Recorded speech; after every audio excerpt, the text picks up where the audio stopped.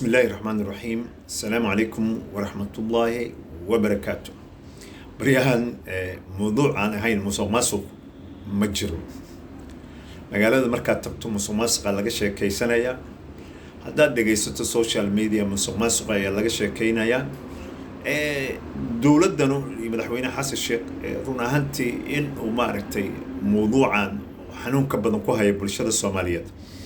إن ومعناها وديرنان ويمادو شعب الصومالي ويرهدو waxaan la dagaalamay musuqmaasuqo aan leenahay mudane madaxweyne waa soo dhaweynayna sababtan u soo dhaweynayna waxay tahay way badan tahay laakiin laba qodob ayaan soo qaadanaya qofka muwaadinka Soomaaliga ah xuquuq ayuu ku leeyahay wadanka xuquuqdiisana in uu macnaa helo haddii lagu xadgudbana أو معناها أو هلو حدو حق أوليهاينو أو هلو وحا كم مسؤول هالدولة ده لكن نسيب حما وحا نقطي نك مواد كأه إن أوجته حقوق ديسا إن أوجته ومعناها أو بكبحي اللالوش هدي ودد أو مرايو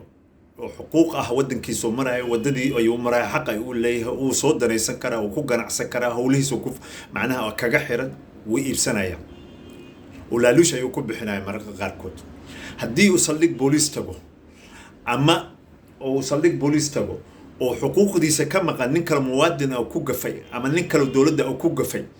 حقوق دي س وحقوق يبسنا يا العق مرق غاركود بالعق معناها أو كو يبسنا أو معناها أو كو يبسن كرو أو أيو وين يا هدي محكمة وترسيد سكول حقوق دي سأيو يبسنا يا وكلها الدولة دانا كمسؤولة هدو وزارة والبتقى حقوق دي سأيو يبسنايا رونهانتي هدي أرنتاسي الدولة ربكتها أديك هوجان كتها ومد الصوماليات مل والبيجوكت أرنتاسي ويسود دوينيسا دولة دي هذا مسؤول كأ إن حقوق ده وكل يهدل كيس الدولة دانا مسؤول كتها إنه سن إرسانين ولا ليش كوب بحنين هدي أتهاي نن كأور سيد الدولة إنه موادن كحقوق دي سي موادنهم وكهيل الدولة وسن إرسان دونين رونهانتي أرنتاسي ماذا هوين وسود ومد الصومالي ويسود دوينيسا طلبات أنه وحنا هاي سيد نرقط المامو ودن قعن هورسيجسو أنا قعنتي سنمرنا بهوس ودقين ومر والبقعنت وتاجنتها ومدة عالم كبرية هدي الربا إنه قودي كيسة جاجسن قعنت يا نهرسن هدي الربا كيسة حنوسن وإنه تقصد عالمك كي ويل كيسير قبل يصير هدو الربا إنه وحبرهم قعنت يا هورسن هدي الربا إنه ودد بستو قعنت يا هورسن ومد قعنتو ذو هورسن تهي أيانها لكن نسيب حمو صابت دتك قعنتو هورينيننا وإن جد علينا مر والبوا إنكم مدحت عديقو ما أنت مدحة يكوي كهوريبة وحي يكوي رهدان إسكدايا مسوق رونانتي وحي أهيد أنجا إن نجت ما دينا مسوق أن إسكداينو فكري أهان عملية أهان بأنجا إن نجت ما صابت دتك إتهامنا يسوع أنجا أيان هيد سيداس درتيد labada arrinbo waan u soo dhaweynayaan shacabka Soomaaliyeed aad inuu farxeen laakiin waxay cabsi ka qabaan in arrintani ay dawladda tahay arrin ay ka tahay daacad oo ay ka go'an tahay oo ay fulin doonto iyo cidda ay ku aamini doonto hantida meesha ay ka soo gasho waa la yaqaanaa Soomaalidu sideedaba waxay leedahay suugaanteedana runtii aad ayay u fog tahay noloshana wax badan ayay ku cabirtaa Soomaalida marka xayawaanka ay ugu nacbihiin qalqiga Ilaahay waxa waay waraabaha wax alla wixii xun oo dhanna waraabahaasi hadii uu qofku xun yahay hadii dadku u maahayaan waraabaha ayay wax alla wixii xun ay tusaale ugu soo qaataan Soomaalidu waa ka dharagsan tahay waraabaha hadda kor inuu soo dacwoodo oo yiri runtii magacaan waraaba aad ayuu ii dhibay anigu ma ihi tuug aniga ma ihi dad nin aniga ma ihi xayawaan xoolaha dadka ka dhaco oo ka cuna ma ihi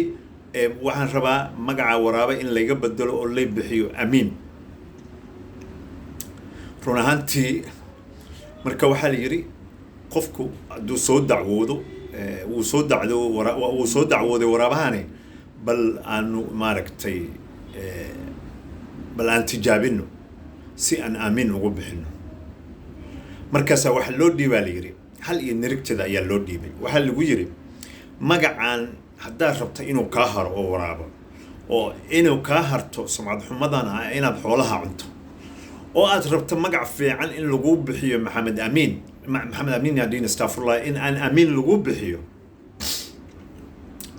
amaanadan ayaan ku dhiibaynaa hashan iyo nirigteedan ku dhiibaynaa haddii aan kugu nimaano hashan iyo nirigteedo fiyow amiinkaagii waa lagu bixinayo oo magacii iyo sumcad xumadii way ka haraysaa markii dadka ay ka tageen hashi iyo nirigtii loo dhiibay waraabihii ay ka tageen dadkii wuu ishayn waaye cabaar buu iscelceliyey markii dambe wuxuu yidhi allay lehe meel aysan dadku fahmaynin bal hasha ka cun naasi ayuu ka cunay haddana cabaar markuu joogay uu ishayn waaye maalmo haddana nirigtii ayuu furuurihii ka cunay dadkii ayaa yiri maalmo kadib bal ninkii odaga ahaa waraabaha aan ka wardoonno bal inuu magacii mutaysan karo in wixii hore loogu yaqiinay oo ku sifoobi doono dadka ayaa yimid dadka ayaa soo baxay waxay kor ka arkeen hashi nirigtii joogooda ayay kor ku arkeen run ahaantii aad ayay ugu farxeen waxay yiraan wallahi amiin maanta waa loo bixin karaa ninkii waraaba ahaa laakiin markay yimaadeen ayagoo faraxsan ayaa waxaa la yiri bal hash hala soo gogulo markii ayay waraabihii tala ku cadaatay waraabihii markii ayay tala ku cadaatay markaasuu wuxuu yiri maxay ka nugtaa ama ku nugtaa isagoo waraabaha dabaalnimadii wuxuu isdhahayay naasahaas lama arkaayo madaxda waddanka ugu horreeya madaxweyne naasahaasi waa hantidii waddanka ayay la mid tahay oo waxa waaye hasha neefka geela waxa loo haysto waa caanahaas naasahaas ayaa laga maalayaa ilaaha dowladda dhaqaalaha ka soo galaya naasahaas ayay la mid yihiin madaxweyne cidda aad u dhiibayso yoo noqon waraabahaas oo kale waraabihii amiin yiri halay bixiyo oo wixii inta lagu aamin naasihii ka cunay umadiina waxay la mid tahay umadii dhaqaalahaas cuni lahayd oo nirigtii ahayd ay furuurihii uu ka goostay rag noocaas oo furuurihii ka goosanayana madaxweyne meelahaas ha noogu dhiibin marka madaxweyne adiga shakhsi ayaa tahay laakiin hawshu waxa qabanayo waa shakhsiyaadkaasina Soomaaliya processka dariiqa ay ku yimaadaan waa naqaanaa dariiqa ay ku yimaadaan waxa waaye si saaxiibtinimo ku imaanayaan si qabiil 4.5 ay ku imaanayaan madaxweyne u meelaha targetka dadkaas inuu ah Soomaali way istaqaanaa waxa waa meelaha si dhaqaalaha waa hashi naasaheedii waa ragga soo wada doonanayna waa waraabahaasi oo raba in amiin loo bixiyo marka ummadda waraaba amiin ha uga dhigin madaxweyne oo raggaasi shakhsiyaadka noocaas oo kala jogooyinkaasi muhiimka ummadda oo ah oo ninka muwaadinimadiisa uusan ku iibsanayn in ninka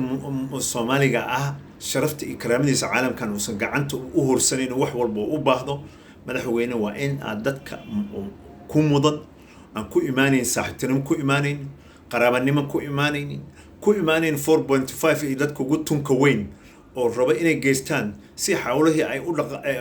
u dhacaan madaxweyne dadkaasi meesha ha geynin haddii ay dhab ka tahay taasi ay shacabka Soomaaliyeed iyo ummadda Soomaaliyeed go'aanka aad soo qaadatay ay u soo dhaweeyeen taa haddii aad suurtagashan aad dadkaasi aad macnaha aad u ogolaan inay meelahaas mas'uul ka noqdaan oo nin muwaadin Soomaali ah daacad ah dalkiisa daacad u ah dalka muhiim ma ahan muslimnimadiisa daacad u ah sababta qofka muslimka haddii uu aaminsan yahay xoolaha maanta uu haysto in maalinta qiyaamaha la weydiin doono sida uu ku keenay la weydiin doono qofka sida u fikiraya qofka wuxuu ku gatay oo salaada ku tukanaya la weydiin doono wuxuu dadka siinaya oo ilmihiisa caruurta siinaya la weydiin oo og in la weydiinayo qofka cabsidaas qaba oo aqoon diineedna leh ayaa loo dhiibaa raggaasi dadkaasi ama shakhsiyaadkaasi u dhiib markaas ayay ummaddu markaas ayay run ahaantii soo dhaweynaysa hadalkaagani shalisay u soo dhaweysay ayaa camalkaagana u soo dhaweyn doontaa waxaan leeyahay assalaamu calaykum waraxmatullahi wabarakaatu waa maxamed xuseen oo idin leh waad mahadsantihiin